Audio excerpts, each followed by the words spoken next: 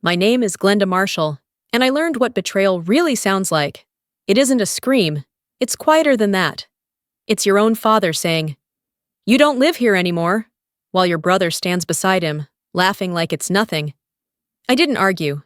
I just stood there, my hand still on the gate I built with them years ago, realizing that the people I trusted most had turned my silence into permission. I had spent years forgiving, excusing, and believing they'd change, because that's what family is supposed to do. But that morning, something in me finally broke the way they thought I never would. I stopped trying to be the one who understood, and decided to be the one who remembered. They had no idea that the quiet they took for weakness was the calm before I took everything back. The wheels touched down in San Diego just after sunrise. Warm air rolled in through the cracks of the plane door, carrying that familiar scent of salt and asphalt after rain. I should have felt home again. But instead, there was only a strange stillness pressing against my chest. In the taxi, I watched the city slide past, the old bookstore that had closed years ago, the narrow streets that always smelled of jasmine in summer. For a moment, I let myself picture the porch I remembered, the sound of a woman's voice calling me inside, paint stains on our hands, laughter tangled with the sound of waves. I held on to that memory like it might still be waiting for me. When the cab turned toward the coast, I saw the house. Two figures stood on the porch as if expecting me. My father, my brother. Both with the same look, detached, impatient. My father raised a beer to his lips, his eyes steady. My brother smirked, resting one hand on the rail I once sanded smooth. I stepped out, feeling the wind slice through the silence. No greeting, no warmth, just the hollow crash of the tide behind them. Inside, the air smelled of fresh paint and something colder. The walls were bare. My mother's photograph was gone. My brother brushed past, muttering that they'd needed the money, that our father had every right. I said nothing. Words would have been useless. I walked back to the porch, where the salt air hit hard and honest. He called it family sacrifice. I called it something else entirely. They hadn't just sold the house. They'd emptied the last place in the world that had still felt like mine. And standing there, I knew. This was the beginning of something they would never be able to undo. 3 months before everything unraveled, I was stationed in Okinawa, helping coordinate post-disaster relief after Typhoon Hagibis. Every evening, when the chaos settled and the generators hummed in the dark, I called home. My father's face would appear for a few seconds before he'd say he was busy, that we'd talk later. He never did. Hunter never picked up at all. One night, while the screen froze between flickers of weak Wi-Fi, I heard a woman's voice behind my father. Did she send the money yet? Then the call dropped. I sat there for a long time, staring at the black screen, telling myself it was nothing, that maybe he'd remarried, that maybe I was overthinking. But some part of me, trained to read what people hide, knew something was shifting. Weeks later, an email came through on a night so humid I could feel salt sticking to my skin. Property transfer initiated, pending verification. My heart stopped mid-beat. The house was registered solely in my name. Why would it be transferring? I wrote to my father, asking if something had happened with the mortgage. No answer. 2 days later, Hunter sent a text. "Everything's fine. Focus on your work." I reread that email until dawn. In the property records listed at the bottom, the contact address had been changed to a company name I'd never seen before, Reuben Slade Realty. By morning, suspicion had settled into something sharper. I went to the legal office on base and found Staff Sergeant Clark, an old friend now working for JAG. I explained everything I knew. He leaned back, studying me for a long moment before saying, "Trust is good. Oversight is better." He helped me file a formal request for verification and copies of every transaction tied to the property. 3 days later, the documents arrived in my inbox. Seller, Howard Marshall. Recipient, Hunter Marshall. Broker, Reuben Slade. I read the names until they blurred. My hand didn't shake, it just went numb. They hadn't only taken the house, they'd used my absence as permission. Somewhere between my duty and their decisions, my family had turned me into a signature they could spend. The small office on base smelled of paper and wet uniforms.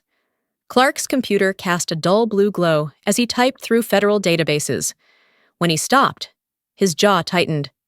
Slade's been under investigation before, he said. Nevada, 2 years ago. Fraud cases targeting veterans' homes. It might be part of a laundering ring. My throat closed. My father doesn't know. I managed. Clark looked up, voice steady but low. You sure about that? He turned the screen toward me. There it was. Silver Harbor Properties, a brokerage under Slade's name operating out of Las Vegas. The same city Hunter had vanished to the previous year when his debts caught up with him. I leaned back, the metal chair creaking. Memories of my father teaching me to fix window frames flashed through my mind, his voice telling me that a house was the one thing you could always trust, because it couldn't betray you. Now he'd proved even that was a lie. That night, I opened my duty journal and wrote one sentence. If truth no longer belongs to me at home, I'll drag it into the light myself. Clark broke the silence. When your rotation ends, go home quietly. Don't warn them. Gather everything in person. I nodded, eyes fixed on the dark horizon outside the window. The waves struck the concrete walls like a heartbeat. They think I'm just a soldier who follows orders. They forget I was trained to read deception. As the storm rolled in over Okinawa, lightning flashed across the sea. I packed my files and waited for the next flight out, knowing the real storm was waiting for me on the California coast. I didn't tell anyone I was leaving Okinawa. 12 hours in the air felt longer than any deployment I'd ever done. When the plane touched down in San Diego, I felt nothing, no relief, no warmth, just a heavy silence that clung to me all the way through customs. The drive toward the coast was quiet, except for the hum of the engine and the rush of wind slipping through the cracked window. That familiar scent of salt and eucalyptus filled the car. For a brief second, I wanted to believe everything would be fine once I turned onto my old street. But when the house appeared at the end of the road, something in my chest caved. It was different. The porch was painted beige instead of white. The flowers my mother planted were gone, replaced by perfectly trimmed shrubs. The fence had been rebuilt, taller, sharper, as if to keep me out. A strange car sat in the driveway, its metallic paint glinting under the overcast sky. I climbed the steps and knocked. A woman answered, mid-50s, composed but uneasy. Diane, she said. Diane Marshall, my father's wife. The word hit like a physical blow. He'd remarried, and I hadn't even known. She gestured toward the backyard. He's out there, with the new owner. The words blurred together. New owner. I followed the sound of conversation until I saw her, a young woman watering potted plants near the patio. She smiled uncertainly when she noticed me. Sophie Granger, she said, and told me she'd bought the house 3 weeks ago from my father. Inside, everything familiar had been stripped away. The walls were bare, my medals were gone, my mother's photographs replaced by generic art. Then came the sound of footsteps. My father walked in with a mug in hand, calm as if I'd come home for dinner. My brother stood behind him, that same crooked grin that always meant trouble. I asked what they'd done. My father shrugged, saying I'd given him permission with that old power of attorney. He'd just done what was necessary. Hunter grinned. We got a good price, he said. You should be grateful. I looked between them, then at Sophie, her confusion turning into fear. My father had sold my home, split the profit with Hunter, and used the law I'd trusted him with as a weapon against me. I turned to Sophie. Did you know this property was purchased with a VA loan? Her eyes widened. Your father said it was his. No, I said softly. Under federal law, no one can sell it without my signature. My father barked for me to stop. She's innocent, I said. You made her a victim, not me. The air thickened with salt and betrayal. I left before they could answer. In the rearview mirror, I saw Sophie frozen on the porch while my father and brother shouted at each other. The sky over the coast had turned iron gray. They thought I'd come home weak. They didn't know I was trained to regroup, not surrender. 2 days later, I went back. Sophie was waiting on the porch, clutching a mug that said, Mama needs coffee. She looked exhausted. Reuben said you agreed to the sale. She murmured. If I had, I said, I wouldn't still be wearing this uniform. My father stepped outside, face red, voice tight. She's causing trouble. I opened the folder in my hands and placed it on the porch table. This is the original VA loan document, under federal law. No one can sell or refinance a home while the service member is on active duty. And you knew that. I reminded you when I signed the papers. Hunter laughed. You've got money. Buy another place. I met his gaze, steady. How many times have I already paid your way out? Tuition, car repairs, gambling debt, and now my house? He smirked. Dad approved it. My father's voice cracked. You don't understand. Hunter was in real danger. Families help each other. Help or hide? I asked quietly. Sophie looked between us. Reuben told me your father refinanced the house before selling it. Once, maybe twice. I turned toward my father. When? He didn't answer. When? His voice was barely a whisper. 3 months ago. 3 months ago, the same week I sent money home. The realization hit like a gut punch. You mortgaged my service to clean up his mess. I said. My father's eyes dropped. I was trying to protect him. And you destroyed the only thing that still had my name on it. A gust of wind tore through the porch, snapping the flag in half. I caught the pole before it fell, the metal cutting cold into my palm. My hand stung, but the pain steadied me. This was no longer about walls or property. It was about honor. I turned to Sophie. You'll need an attorney. Don't talk to them again. She nodded, trembling. What will you do? Handle it the right way. I faced my father and brother one last time. You think I don't need this house, but this is where Mom taught me the difference between right and wrong. I'm taking that lesson with me, to court, if I have to. As I walked down the steps, Hunter yelled after me that I'd regret it. I didn't look back, not this time. I said to the wind. The flag flapped wildly above me, half torn but still standing, just like me. And as the ocean roared beyond the street, I knew this was only the beginning of a war they weren't prepared to fight. The sheriff's office in downtown San Diego smelled like old coffee, waxed floors, and ocean air sneaking through the blinds. The clerk behind the counter barely looked up when I said my name, but the words I added made him freeze. I'm reporting power of attorney abuse and VA loan fraud. A door opened, and Lieutenant Miguel Perez stepped out. I remembered him from a veterans ceremony years ago, a man who carried the calm of someone who'd seen too much. When he saw my name on the file, his face changed. They sold your VA property while you were deployed? He asked. Yes. And their family. Perez stared down at the papers, shaking his head. They used your name like currency. He ordered a copy of the bank records. 30 minutes later, he came back, eyes darker than before. 6 weeks ago, the money from the sale hit a joint account, Howard and Hunter Marshall. $48,000 wired out to a company in Las Vegas. Hunter used the money to pay gambling debts. My father let him, Perez said quietly. That's federal. We'll have to send this to the VA fraud division. Do it, I told him. I don't need their love anymore. I just need justice. That night, Clark called from Okinawa. He'd dug deeper into the broker, Reuben Slade. Slade wasn't just some realtor. He'd been under FBI watch for stealing veterans' properties through fake refinancing schemes. My father and brother had walked straight into a con. Or maybe they'd known exactly what they were doing. Standing by the shore, I replayed my father's words. Family sacrifices for each other. I whispered to the wind, sacrifice or sell out. The next morning, Perez called again. The notary who legalized the sale, Benson Hale, was an old friend of my father. He'd been warned before for falsifying signatures. The paperwork that sold my house wasn't valid. If we can prove it, Perez said, the sale disappears, and they face federal charges. Then let's prove it, I told him. They hadn't just stolen my house. They'd written my name into their crime, and I was going to take it back. My father called that night. His voice was rough, smaller than I remembered. He asked to meet at the Old Pier Cafe. I agreed, not for him, but for closure. The cafe hadn't changed, salt in the air, yellow lights, a quiet country song looping in the background. He sat in the corner, eyes tired. I was wrong, he said. Hunter was in danger. I had to help him.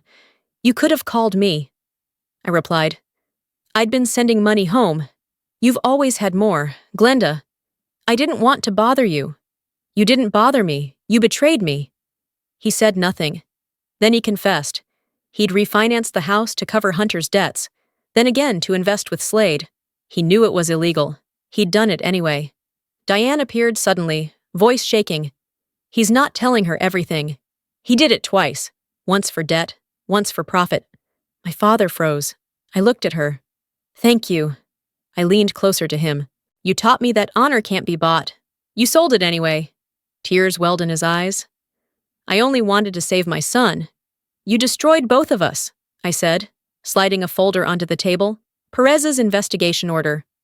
I walked out before he could answer. The wind outside was sharp and cold. My phone rang. Perez again. We've got a federal warrant. Slade's being taken in tomorrow. I hung up, staring out at the waves breaking against the pier. My father once said it was all for family. But family without honesty isn't love. It's a cage. And by morning, the lock was coming off. The morning broke gray and heavy with salt. When I reached the old house, 3 black SUVs were parked at the curb, engines running, lights cutting through the fog. Men stepped out in jackets marked Federal Bureau of Investigation, followed by agents from the VA Fraud Division. One turned to me. Staff Sergeant Glenda Marshall? I nodded. We'll need you here during the evidence seizure. My hands shook, not from fear but release. After months of silence, justice had arrived. Reuben Slade was pulled from his car first, cuffed before he could light his cigarette. He glanced at me. They said you were just a soldier, I answered. You should have read more carefully. Hunter stood pale beside my father, who wouldn't lift his head. The agent read his rights, charging him with VA fraud and abuse of federal authority. My father's voice cracked. He'd only tried to save his son. The agent said, Then you can explain it in court, when they were taken away. I stayed on the porch, tying the torn American flag with a strip from my old uniform. I couldn't save them, but I saved what mattered, my honor. They thought they could erase me with ink. I rewrote everything in law. 2 months later, I walked into the Federal Court of San Diego in a perfectly pressed uniform. The marble floors gleamed, echoing each step. On my right sat Sophie Granger, the buyer who never knew she'd been deceived. On my left, a lawyer from the VA Legal Division, ready to speak when I couldn't. Across the room, my father and Hunter sat at the defendant's table, both with heads bowed. Behind them, Diane held a small Bible against her chest, lips moving silently. When the judge asked what sentence I wanted to recommend, I rose, my voice steady. I'm not here to punish them. I'm here to prove that honor cannot be forged. I ask only for the property to be restored, for compensation to the innocent buyer, and for this violation to be recorded in truth. The courtroom fell silent. Sophie wiped her tears. My father's shoulders shook as he bowed lower. He stood slowly, his voice trembling. I did it because I thought my daughter was strong enough to bear it. I was wrong. No one is strong enough to be betrayed by their own blood. The judge's gavel fell. Transactions voided, property restored, restitution ordered. My father received community service at a veterans center. Hunter, 2 years probation. Slade, 10 years in federal prison. Outside. Perez shook my hand. Justice served. Sergeant. I smiled faintly. Justice learned. As I stepped into the sunlight, the flag above the courthouse rippled against a clear sky. I thought of the torn one I'd tied back together and felt the weight lift. They thought justice would destroy us. But maybe it's the only thing that can rebuild what we broke. 4 months after the court's verdict, I returned to the little house by the sea. The door still creaked the same way it always had. The porch gleamed with fresh paint, smelling faintly of salt and pine. In my pocket was a letter from Hunter, written from the rehab center. Maybe you were always the Marine. We just never learned how to stand our ground. I folded it carefully and tucked it inside my mother's old wooden box. The house had a new purpose now. I turned it into a shelter for homeless female veterans, the Haven Project. The first women arrived that week. I helped them set up bunks, hang curtains, repaint the living room. One young woman looked around and asked, "Is this your home?" I smiled. "No, it belongs to anyone who's ever lost their way back." One evening, my father came, holding a paint bucket. He didn't speak, just began repainting the fence. After a while, he said softly, "I can't earn back your trust, but I can start with a fence." I nodded, then start with the truth. As the sun fell, I raised a new flag, the one Perez gave me, engraved for the one who rebuilt. They sold my house thinking I'd break, but I rebuilt something they'll never own, my peace.